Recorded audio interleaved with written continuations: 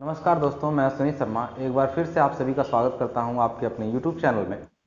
आइए, अभी तक हम लोगों ने देखिए सोम को जैसे पढ़ा था, कई बीम्स लिया, उनका एनालिसिस किया, उनसे कुछ रिजल्ट्स निकाला था। तो देखिए यहाँ पर हमने एक तीनों बीम का कंपेयर किया हुआ है और कंपेयर करने से कुछ रिजल्ट्स और निकलेंगे और एक प्रूफ करने के लिए आपके एग्जाम में जो इंपॉर्टेंट क्वेश्चन आता है कई बार, उसको हम लोगों को यहाँ पर ध्यान से देखना है। ठीक है ना? क्या क्वेश्चन आता है, ध्यान समझिएगा। आता है कि prove that rate of change of bending moment is equal to shear force.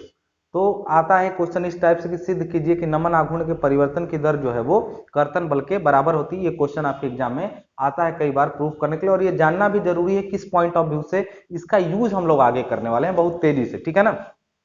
क्यों?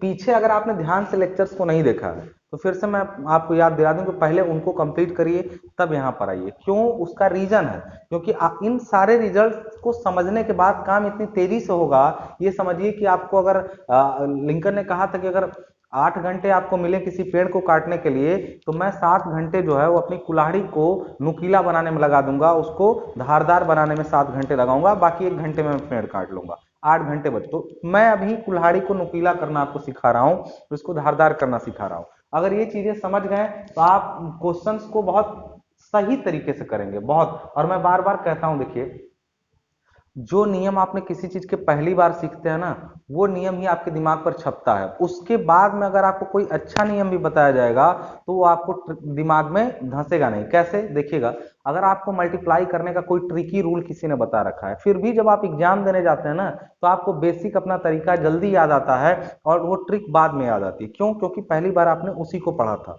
तो यहाँ पर हमेशा ध्यान रखिएगा, पहली बार पढ़ते समय हमेशा अच्छी चीजें पढ़िए और अच्छे टीचर से पढ़िए, और जो लगे भरोसेमंद आपको उनसे पढ़िए। रीजन इसका समझिए, थोड़ा सा आपका देखिए पुरानी एजुकेशन पर मैं अगर आपकी बात करूं, जिनको इंग्लिश की प्रॉब्लम आ रही है, बताइए अगर वो लोग 9th क्लास में या ऐसे 10th क्लास में अपने अपने एकेडमिक्स में अगर उन्होंने इंग्लिश थोड़ा सा ढंग से पढ़ लिया होता तो आज उनको रिग्रेट नहीं होता उस चीज का। ज्यादा बुरा नहीं था कि आप एकदम नहीं आता, थोड़ा सा एक एक एक कोचिंग एक्स्ट्रा कर लिया होता इंग्लिश का, या कहीं पर अच्छे से पढ़ लिया होता। अब वो पैसे काम आ रहे हैं जो उस टाइम फीस में आपने बचा लिए, या अब आपको लाइफ टाइम का अपना रिग्रेट फील हो रहा है? इसी टाइप से डिप्लोमा में भी दोस्त, जितना कोई भी काम जिस टाइम जो कर रहे हो उसको उस टाइम परफेक्ट करो, ताकि बाद में उसका पश्चाताप लेके मत झेलो। बात समझ में आ रही है? तो हमेशा ध्यान रखिएगा, इसको अच्छे तरीके से वीडियो को समझिए, और ये पूरे लेक्चर में जो चला रहा हूं उसके अच्छे अच्छे नियम से मैं बता रहा हूं इसको। ठीक है? एकदम तरीके से जिसको आप सॉलिडली समझ सकें और फ्यूचर में आपको ये बहुत ज्यादा काम आ सके। ठीक है ना? अगर आप इंजीनियरिंग सेक्टर में जा रहे हो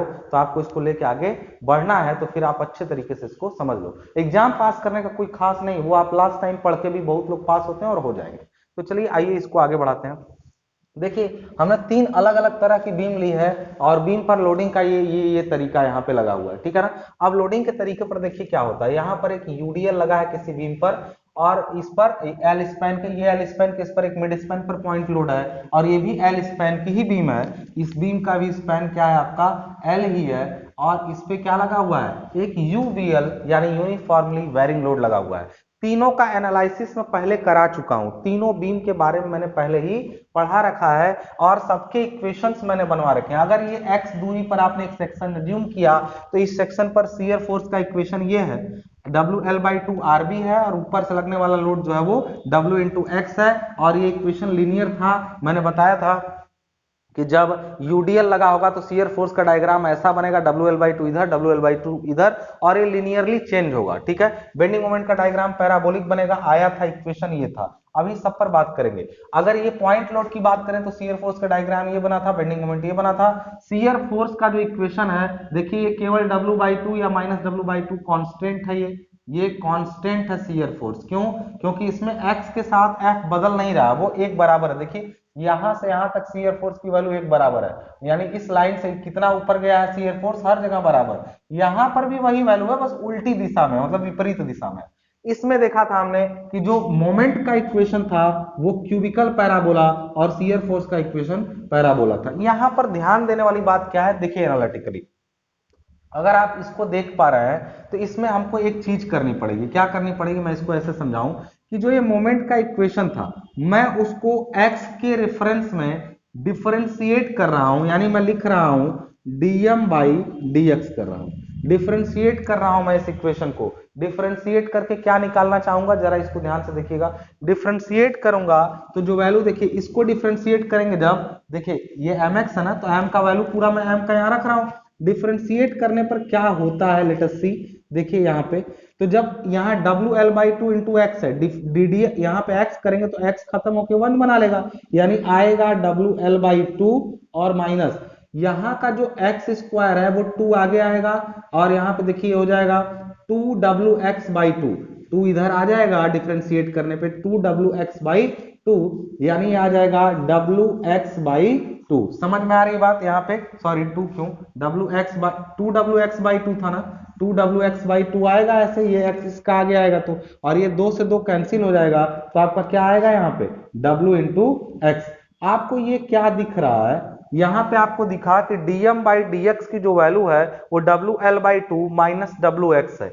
ये क्या बता रहा है, ये क्या नया आया, dm/dx कहीं fx तो नहीं बता रहा है, dm/dx कहीं fs तो नहीं बता रहा है। इसका मतलब समझें, हम लिख सकते हैं कि dm/dx बराबर fx होता है, यानी कभी भी बेंडिंग मोमेंट का परिवर्तन का दर जो होता है वो शियर फोर्स के बराबर होता है। ये आपने यहां से रिजल्ट निकाल लिया। ये रिजल्ट बहुत काम का है दोस्त, क्यों, क्योंकि जब जब आपको मैक्सिमम बेंडिंग मोमेंट निकालना होता था तो आप मोमेंट का इक्वेशन लेते थे, उसका ढाल को जीरो करते थे। याद करिए, मोमेंट का इक्वेशन लेके उसकी ढाल को जीरो करते थे, यानी स्लोप को जीरो करते थे, तब आता था x का वो वैल्यू जहां पे आप क्या करते थे, मैक्सिमम बेंडिंग मोमेंट पाते थे। अगर पीछे कोई मुझे फॉलो करा तो ठीक है, जो पहली बार इसी वीडियो पे डायरेक्ट जंप किया है तो ये किसी नए लोगों के लिए वीडियो नहीं है, ये जो पुरानी वीडियोस देख रहे हैं उन्हीं के लिए वीडियो काम करेगा।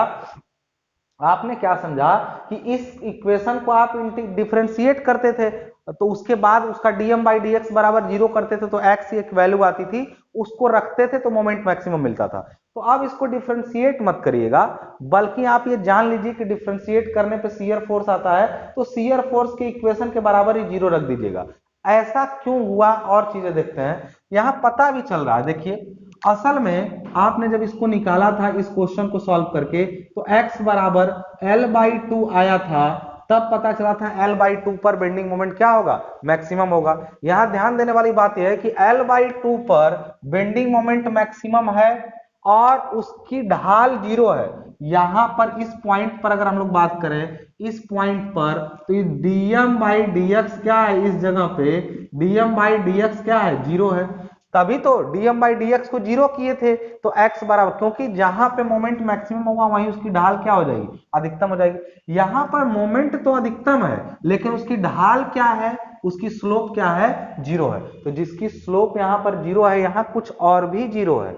इसी L/2 दूरी पर देख रहे हैं शियर फोर्स भी 0 है, यानी यहां dm/dx 0 है और यहां पर शियर फोर्स भी 0 है, तो दोनों आपस में बराबर नहीं हुए। अब डायग्राम से भी आप समझ गए होंगे और प्लस ऐसे भी समझ गए होंगे कि नमन आघूर्ण के परिवर्तन की दर शियर फोर्स की क्या आ रही है, बराबर है भी, क्योंकि जहां परिवर्तन की दर शून्य हुई है। देखिए अगर इस डायग्राम को आप ध्यान से समझेंगे तो यहां पर देखिएगा जरा ध्यान से, इस जगह पर ढाल देखिए काफी अधिक है ना। अब जैसे ऊपर गए तो ढाल देखिएगा, थोड़ा ढाल देखिएगा घटती जा रही है। ढाल का देखिए, अगर आपका θ1 है और ये क्या है, θ2 है, इसको अगर आप ध्यान से समझें कि यहाँ पर इसको देखिए, ढाल को हर जगह पर देखिए ना, यहाँ पर ढाल देखिए घटती जा रही है और ढाल θ2 θ3 θ4, मतलब ये झुकाव धीरे धीरे कम होता जा रहा है, एकदम सीधा हो जाएगा एक पॉइंट पे जाके, तभी तो सीधा होने के बाद फिर वापस रिवर्स जाएगा।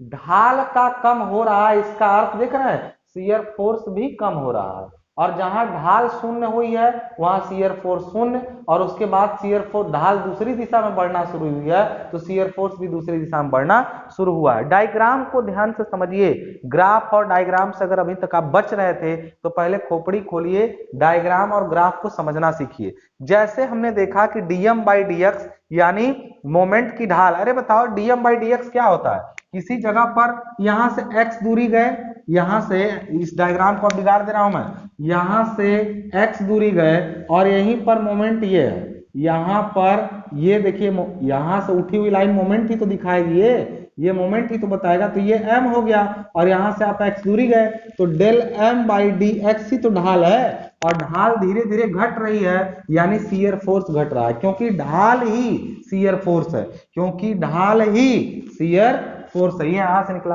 क्या एक ही बीम में ऐसा लागू होगा? जरा दूसरे में देखते हैं।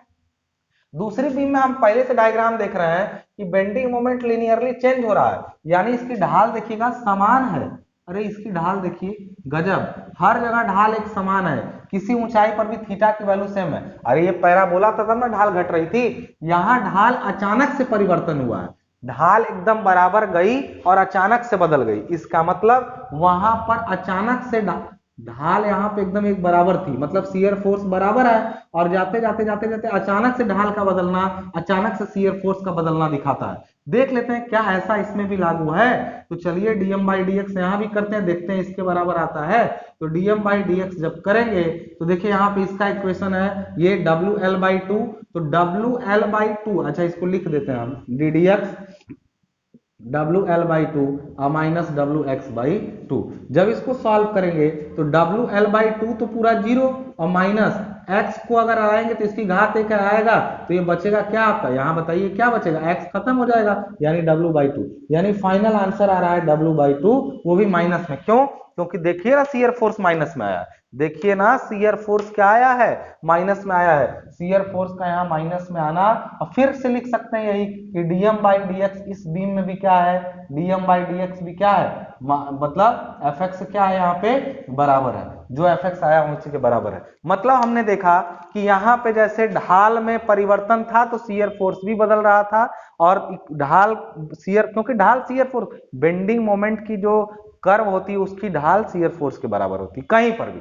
इसमें भी देखा कि बेंडिंग मोमेंट की ढाल जो है वो शियर फोर्स के बराबर आ रही। क्यों? क्योंकि देखिए यहाँ बेंडिंग मोमेंट का ढाल एक समान है तो शियर फोर्स भी एक समान है। जहां बेंडिंग मोमेंट की ढाल अचानक से परिवर्तित हुई है वहां शियर फोर्स भी अचानक से क्या हुआ, चेंज हुआ। Let us see here also, इस बीम में भी हम लोग देखते हैं। लास्ट में मैं एक जो बताऊंगा, जो मेन आपका क्वेश्चन आने वाला है, वो मेन क्वेश्चन आपका क्या होने वाला है। इसमें अगर आप ध्यान पूर्वक देखेंगे तो पाएंगे कि mx को, चलिए dm बाई डी एक्स फिर से करते हैं, dm by D X is equal to D by D X, क्या हो जाएगा, m का वैल्यू रख देते हैं which is WL by six X minus W X का क्यूब डिवाइडेड बाई सिक्स है। Let us calculate this, WL by six X है तो x खत्म, यहाँ बचेगा WL बाई सिक्स माइनस ये 3WX स्क्वायर आएगा, 3 आगे आएगा, एक आगे चला जाएगा, 6L। बात समझ में आ रही ना? इसका मतलब इसको अगर आप सॉल्व करेंगे तो 3 से ये कैंसिल होगा, तो this will be WL by six minus WX square by two. अब ये फिर से बताइए किसके बराबर है, ये फिर से आ तो गया यही वाला, देखिए WL by six minus WX square by two which is fx। Here we can also say that dm by dx is equal to fx। मतलब in all cases of beam we can clearly say that कि rate of change of bending moment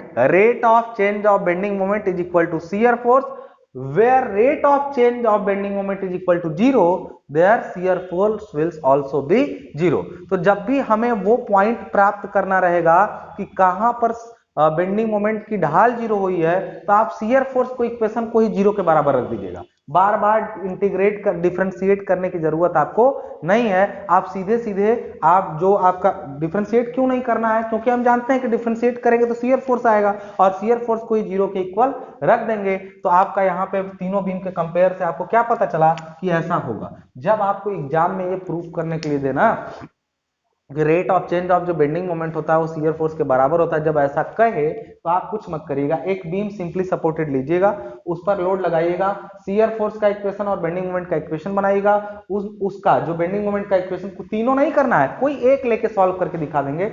bending moment का equation बनाने के बाद उसको differentiate करिएगा और ये आ जाएगा उसके शियर फोर्स के बराबर। तो आप प्रूफ कर देंगे कि जो बेंडिंग मोमेंट होता है वो क्या होता है, उसकी परिवर्तन की दर शियर फोर्स के बराबर होती है। लेकिन केवल इतना ही थोड़ी आएगा क्वेश्चन में, एक चीज और आता है कि अगर बेंडिंग मोमेंट के परिवर्तन की दर शियर फोर्स होती है तो शियर फोर्स के परिवर्तन की दर क्या होती है। तो ये देखिए शियर फोर्स के जो परिवर्तन का दर होता है वो लोड के बराबर होता है। बेंडिंग मोमेंट का परिवर्तन का दर शियर फोर्स और शियर फोर्स के परिवर्तन का दर लोड। जैसे किसी एक बीम में ये चीज हम लोग देख लेते हैं, अगर ये सब समझ चुके हैं ना, तो चलिए किसी और एक इस बीम में हम लोग शियर फोर्स के भी परिवर्तन की दर को देख लेते हैं कितना होता है वो। ठीक है, ध्यान से समझिएगा इसको क्या होता है। देखिए यहाँ पे अब शियर फोर्स का वैल्यू आप जानते हैं, ये है आपका मतलब shear force Fx is equal to है WL/2 minus WX, WL/2 minus WX। देखिए ये WL/2 माइनस WX, इसको भी चार DF बाई, आप जानते हैं कि इसको अगर DF बाई DX कर दें तो ये हो जाएगा DDX इंटू हो जाएगा WL/2 माइनस WX। सॉल्व करिए इसको, ये खत्म जीरो और ये माइनस में हो जाएगा क्या आपका W, यानी माइनस W। ये क्या है, किसी जहां पे आपका ये सेक्शन था उस जगह पे शियर फोर्स तो ये था, लेकिन शियर फोर्स की जो रेट है वो W, क्योंकि यहाँ पर W ही तो लोड लगा है हर जगह, तो इसलिए उसके परिवर्तन की दर क्या आई W। यानी हम कह सकते हैं कि DF by DX is equal to क्या आता है, लोड यानी भार W आता है। बात समझ में आ गई। तो आपने यहां से क्या क्या सीखा इस लेक्चर से, कि rate of change of bending moment is equal to shear force, और उसको और rate of change of shear force is equal to load at that point. इसका मतलब है कि आपने इन तीनों बीम में ऐसा देखा कॉमन, इसलिए इस चीज को कंक्लूजन के रूप में अब हम लोग याद रख लेंगे, इनका यूज करेंगे आगे के न्यूमेरिकल्स में। अब आगे न्यूमेरिकल जो मैं लगाऊंगा ना, वो केवल उन्हीं को समझ में आएगा जो इन्होंने ये 4 वीडियो देखी है, क्योंकि एसएफडी बीएमडी इतना भी इजी नहीं है, कई बार देखने पर तब समझ में आता है। चीजें आसान है, बहुत आसान है, बस लंबा है तो चीजें लोग भूल जाते हैं, फिर मैं यूज करूंगा तो बोलेंगे सर कैसे लिख दिए हो। ऐसे लिखे हैं कि पीछे के आप 4 लेक्चर देख करके कंप्लीट करके तब मिलिए। नेक्स्ट वीडियो में हम लोग न्यूमेरिकल लगाना शुरू करेंगे धड़ल्ले से, और सब पे लगा लगा के चेक करेंगे, देखते हैं हम कितना आगे चल पाते हैं, कितना सक्सेसफुल काम हो पाता है। तब तक के लिए शर्मा जी को इजाजत दीजिए, मिलते हैं नेक्स्ट वीडियो में, धन्यवाद।